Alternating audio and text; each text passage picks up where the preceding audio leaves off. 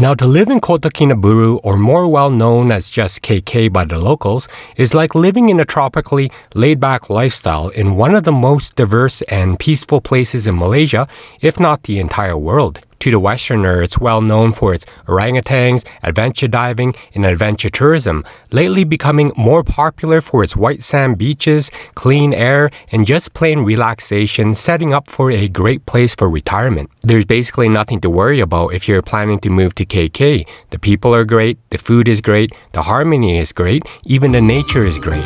Hello everyone, this is Ronan Blue, and today's topic would be on the 6 best reasons to retire to Kota Kinabalu, Malaysia. Just as a disclaimer, the information provided is a general guide and to be used for educational purposes only. Now, KK is a laid-back and quiet city. The biggest advantage would be the low cost of living, the high standard of living, and the low cost of healthcare. It's emerging as an expat destination with that mix of adventure, a close-to-nature lifestyle at a cost that's a global bargain. Of course, I can go on and I will, so let's jump into more points in detail coming now. Number 1. Facts about Kota Kinabalu, Malaysia. Kota Kinabalu, or KK for short, formerly known as Jettison, is the state capital of Sabah, Malaysia. The city is located on the northwest coast of Borneo, facing the South China Sea. KK City has a population of about 452,000, but with the greater population of the surrounding area, it's about 840,000 people. KK in the past started as a small fishing village under the influence of the Brunei Empire, and a few centuries later, in the 19th century, the British North Borneo Company BNBC set up a settlement near the Gaya Island and was destroyed by fire, then rebuilt in another place where they called it Api Api, place of fire, before it was renamed as Jesselton and a few other names. It actually became a major trading port in the area and was connected to the North Borneo Railway, but Jesselton was then largely destroyed during World War II by the Japanese. But after the war, it was taken back by the British Crown colony and they rebuilt the town, calling Jesselton the capital of North Borneo. And after Malaysia gained independence in 1963, North Borneo was renamed as Sabah, land below the wind, and the town Jesselton was renamed as Kota Kinabalu. A lot of name shifting, I know, but through the changing of hands from the British to the Japanese, back to the British, and back to the people of the land,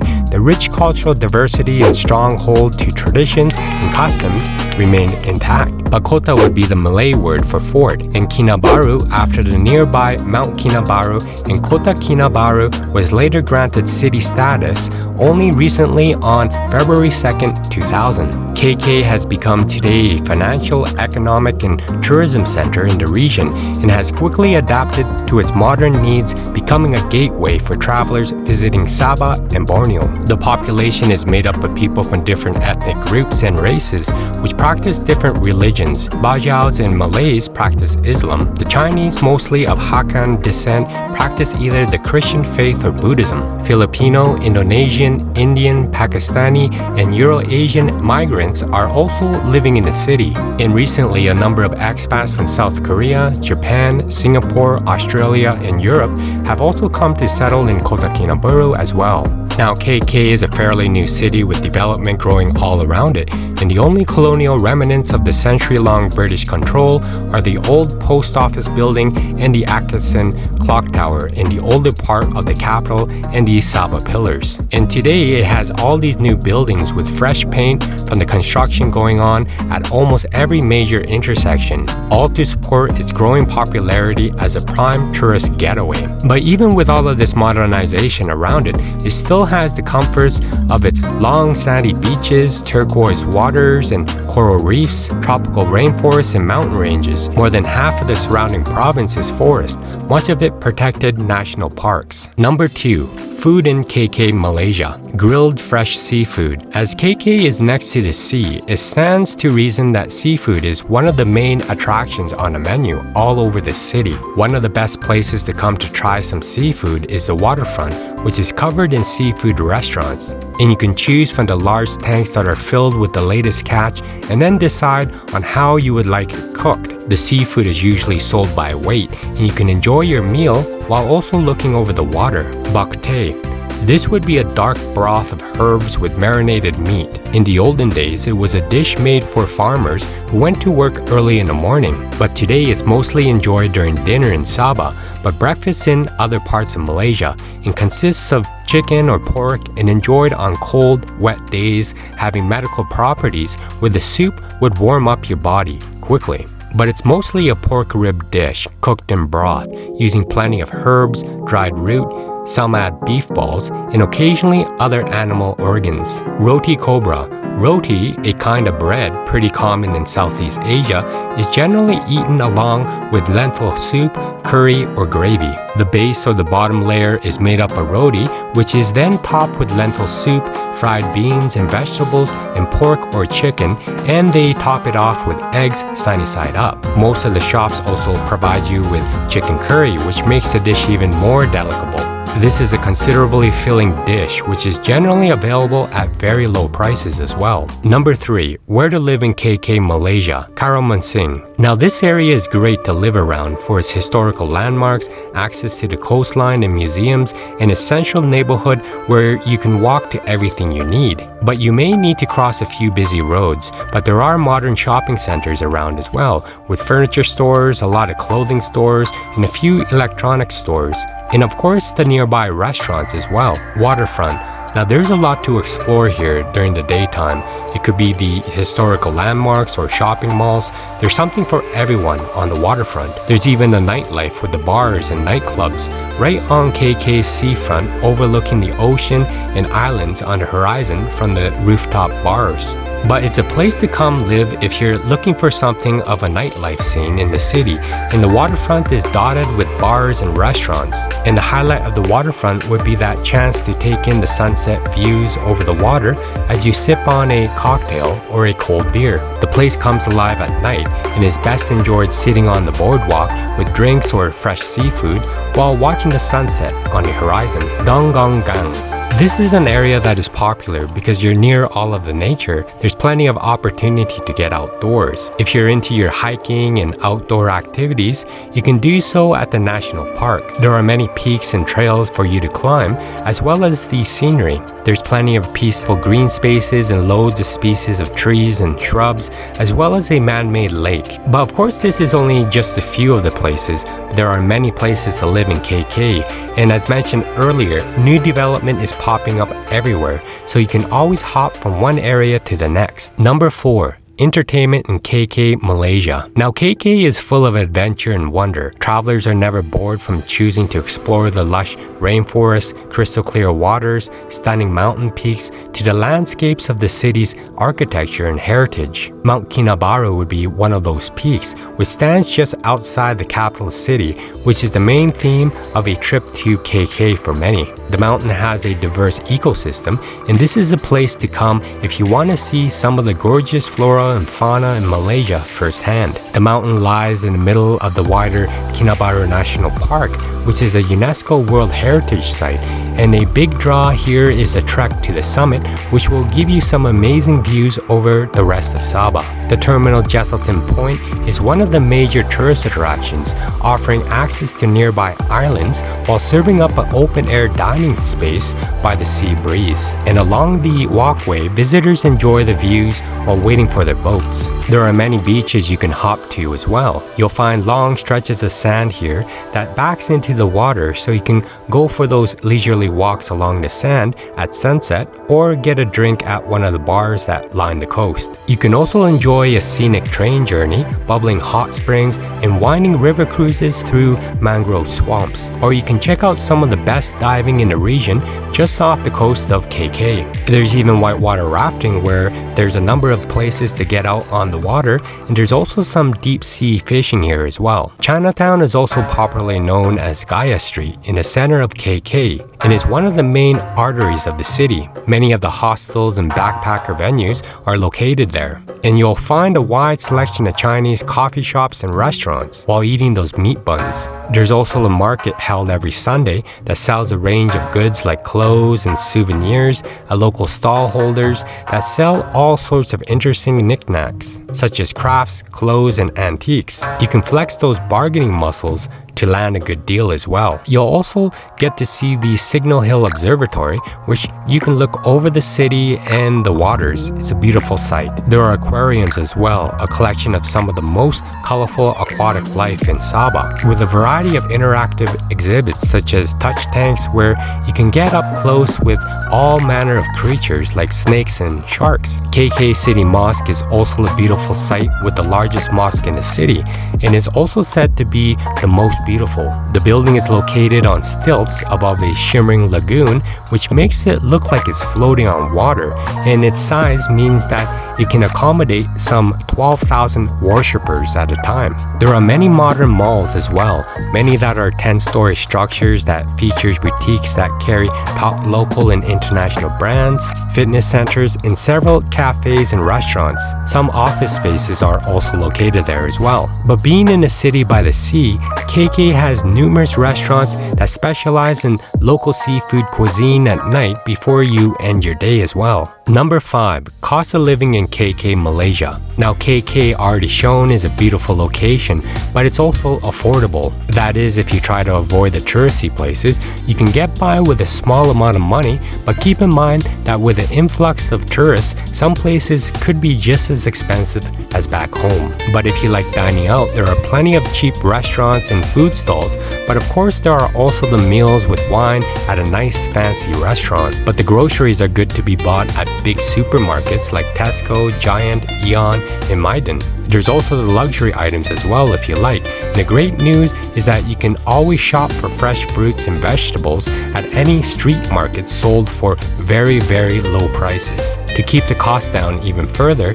it's a pretty walkable town with nice sidewalks in most places. You may need to take the occasional grab taxi once in a while, but it's not all that expensive unless you take it daily. You may find that some of the clothing prices are actually more expensive than back home, so you'd need to think twice because the same clothes can be cheaper in your own hometown. But in total, monthly costs range from $720 to $1,800 USD per month, depending on the lifestyle you choose. And if you eat out often in Western style restaurants and buy imported Western goods, you'll be at the higher end.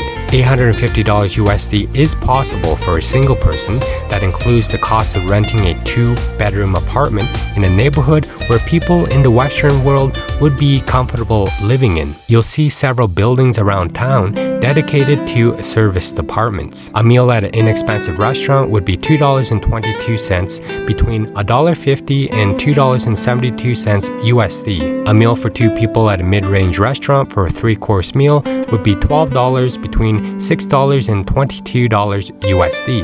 Basic utilities for an apartment would be $41 between $24 and $74 USD. The internet would be $31 between $27 and $39 USD per month. An apartment 1-bedroom in city center would be $364 between $247 and $494 USD per month. An apartment 1-bedroom outside a city center would be $192 between $123 and $296 USD per month. An apartment 3 bedrooms in city center would be $691 between $494 and $864 USD per month. An apartment 3 bedrooms outside a city center would be $299 between $199 and $617 USD per month. Number 6. Pros and cons for living in KK, Malaysia. Starting with the pros. Great places to eat. In KK, there are many great places to eat.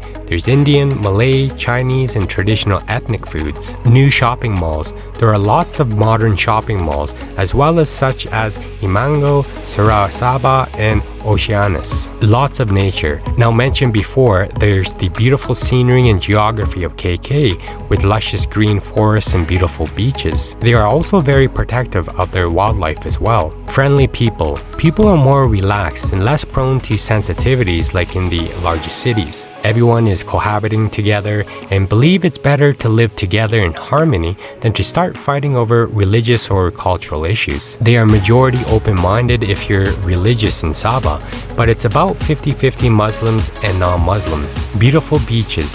KK is surrounded by beautiful beaches. You can island hop from one to another using boat services as well. A great way to spend a day exploring. Healthcare. Medical services is world standard. There are many established private hospitals that offers not only medical care but also provides world-class medical tourism. Safe. For day-to-day living, it's very peaceful. It's one of the quietest and well-kept cities in Malaysia. It's considerably safe by the Western Malaysian standards, reasonable especially for the expat, and there are the polite and friendly locals. And although it's said to be a city, many say it's more like a town. Walkable. The city is small and walkable, and life evolves around the water and is lived outdoors. The streets of KK are modern and clean. Walking is safe with wide sidewalks in most areas, and they are covered. And it's also quieter than other cities in Malaysia we visited. Lots of new development. Now there are lots of development on every corner, with a lot of new condo complexes being built as well. Finding a place to live. Finding a house or apartment to stay in Sabah is uncomplicated depending on your requirements. Rentals in KK are relatively easy to find, affordable, and well maintained. Of course, this all depends on your lifestyle and needs, and longer-term leases can be a lot less too. Searching by foot is usually cheaper than online. Outside KK, accommodation becomes a little more basic, but again, pay a little more and you'll get some newly developed housing. English is widely spoken. Now most everyone speaks English, and so do the other expats from the other countries. So it's easy to get what you want. Now let's talk about the cons. Dark sooner. It gets darker earlier as compared to West Malaysia. The sun in Kuala Lumpur sets at 7:30 p.m., but it will be pitch black in KK at 6:30 p.m. The same concept works for sunrise. Because of this, schools and shops open earlier and close earlier. Traffic is bad. Traffic can be pretty bad during rush hour, and public transport is tough to figure out at times. Power outages. Occasionally, you may get a power outage, but it's pretty normal and the power will be restored rather quickly. Rain. There are downpours that happen quite frequently. There are flash floods as well. Although it has become less over the years, anywhere outside KK, there is still a good chance of a flood on a rainy day. Garbage. Sometimes it does smell in certain areas. There's garbage floating in the sea and mini canals in some areas of the city. Locals are tired of tourists. Local people are friendly, but you can tell that some are tired of the tourists and look down on them because some tourists do to them. People either tend to stare intently, probably curious as to where you're from, or not make eye contact at all. Tourists are, after all, transient. They don't stay long, so no point in developing a meaningful relationship. You may be looked at as a walking tourist wallet to many, and not looked at as an individual. Stereotypes are strong and alive. Chinese are this, Koreans are that, Singaporeans are that, and Europeans are this. But of course the opposite is true as well by the tourists. Malaysians are that and this. It is, after all, a tourist area. Cars don't stop. Cars don't stop for pedestrians, and you must risk your life to cross. But this is true across all of Southeast Asia. There's not a lot of bridges that cross over busy roads. Rules. You'll find many signs listing rules, much more rules in Thailand and surrounding countries. A bit strict for certain things. Not a lot of jobs. Most of the foreigners in Sabah are working for large multinational companies, oil, lumber, and palm oil being the primary industries. There are several other expats who've settled working in cottage industries and small businesses they set up themselves. There are also a surprising number of foreigners working in the tourism field, mainly again from overseas companies offering jungle excursions, wilderness training, and packaged school trips. But to find work here as a foreigner seems to be primarily involved getting a job from one's home country before relocating, or to have enough capital to open your own business. Could get hot. Now Sabah could get very hot, and with heavy rain, it could get super hot and humid, a lot more humid than even Thailand. Cultural integration. Cultural integration in Sabah as a foreigner is always hard as it depends on the person. People struggle with this no matter which country they go to. Sabians could be seen as shy, but once you find a common ground, the conversation will open up. Expats themselves have their own little groups, but in large they are coping well independently. There are also religious and cultural necessities putting some pressure on people from all sides. But overall, despite the mentioned cons that could easily be applied to any place, the pros outweigh the cons. But some of the cons mentioned are also being looked at to improve, especially the cleanliness. But with the food culture, how English is widely spoken, the attractions like the beaches and wildlife, the modern amenities, and overall the majority of the friendly people, it's easy to love KK. It might not be right for everyone, but it could really make for a wonderful place to live for many other people that are doing so today. Well, tell me what you think of living in KK Malaysia in the comment section below. If you like this vlog, please don't forget to hit that like button, subscribe if you haven't already, and hit that notification bell for more of my coming content here. Thank you for watching my vlog. Be free, gain wealth, and travel far.